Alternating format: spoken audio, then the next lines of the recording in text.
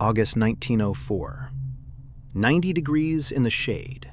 St. Louis is hosting the third modern Olympic Games in history.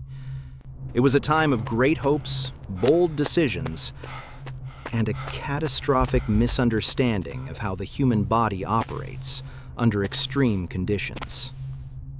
Marathon organizer James Sullivan decided that simply running 24 miles was boring. He wanted to conduct a massive scientific experiment. The goal sounded grandiose: to discover the absolute limits of human endurance under conditions of artificially created maximum dehydration. To achieve this, Sullivan cold-bloodedly removed almost all water stations from the course. There was only one well for the entire grueling route. The track itself consisted of dirt roads covered in a thick layer of dry dust. Heavy automobiles carrying judges and doctors constantly cruised along them. The cars kicked up such massive dust clouds into the scorching air that the runners literally had to fight their way through a suffocating sandstorm. The roster of participants was also far from elite sporting standards. 32 men lined up at the start, most of whom had never run a marathon in their lives. The athletes included postmen, day laborers, and 2 students from South Africa. They just happened to be passing through St. Louis. Their names were Len and Jan. Also present was a Cuban postman named Felix Carvajal. He showed up at the starting line wearing heavy army boots, dark trousers, and a casual street shirt. The organizers had to take a pair of tailor's scissors right before the start and cut off the Cuban's pant legs so they would at least remotely resemble shorts. At 3 o'clock in the afternoon, the starting pistol fired. The athletes surged forward, entirely unaware that a brutal test of endurance awaited them ahead. The first heavily impacted casualty of the marathon was the American William Garcia. He swallowed so much dust from under the wheels of the judges' cars that he suffered severe stomach damage. Garcia was soon found lying unconscious on the side of the road. Specialists diagnosed a dangerous internal complication, and the athlete was urgently handed over to medics. Meanwhile, the Cuban Felix Carvajal confidently held his ground among the race leaders, and this was despite his lack of training and heavy, uncomfortable footwear. Halfway through the course, Felix felt a ravenous hunger. He spotted a roadside apple orchard, plucked a few fruits, and eagerly devoured them. The apples turned out to be completely green. The Cuban suffered severe stomach cramps, lay down under a tree to rest, fell asleep, and napped for an hour. Yet, he still finished 4th. The South African, Len, had even worse luck. He was chased by a pack of stray dogs that drove him through a cornfield far off the official track. The real drama unfolded around the main favorites of this absurd race: American runners Fred Lors and the resilient Thomas Hicks.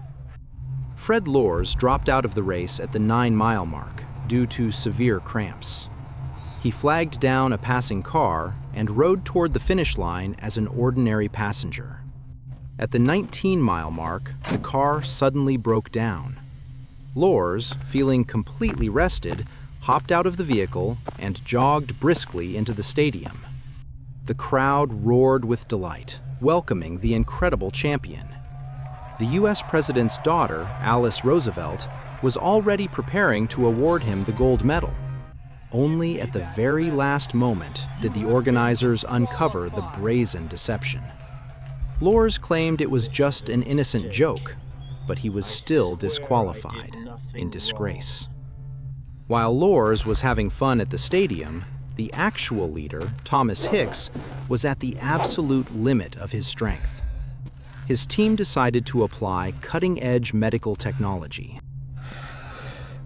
An exhausted Hicks begged for water, but his trainers were unrelenting. Instead of life-saving hydration, They only occasionally wiped his parched lips with a sponge, slightly moistened with distilled water. When Thomas began to lose consciousness from exhaustion, his team resorted to radical measures. While he was still moving, they injected him with a milligram of strychnine sulfate. Strychnine is an extremely dangerous chemical used for rodent control. But back in 1904, small doses of this substance were considered a nervous system stimulant. To enhance the effect, the dose of the drug was carefully washed down with a sip of French brandy. This explosive cocktail forced Hicks to take a few more steps. A few miles later, Thomas collapsed unconscious onto the dusty road again. Without a moment's hesitation, they injected him with a second dose of strychnine, generously adding more brandy and raw egg whites. Specialists later stated that a third dose of the drug would have been fatal. But Hicks turned into a shadow of himself, mechanically shuffling his leaden legs.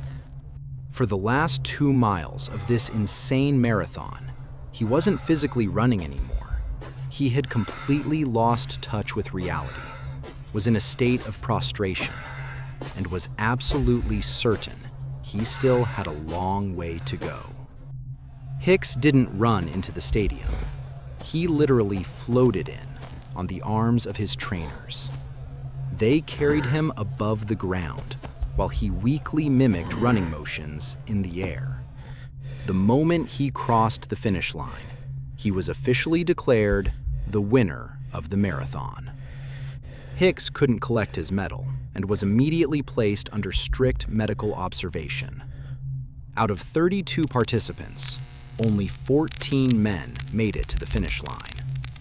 This remains the highest withdrawal rate in the entire history of the Olympic marathon.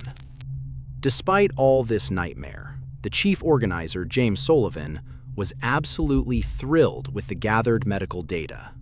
He wasn't bothered in the slightest that the athletes had nearly crossed the point of no return. The race went down in history as an absolute triumph of human absurdity. Subscribe to the Worldwide Lens channel so you don't miss new stories. Who do you think was the most extraordinary participant in this race? The Cuban with the apples, the guy in the car, or the champion on chemical stimulants?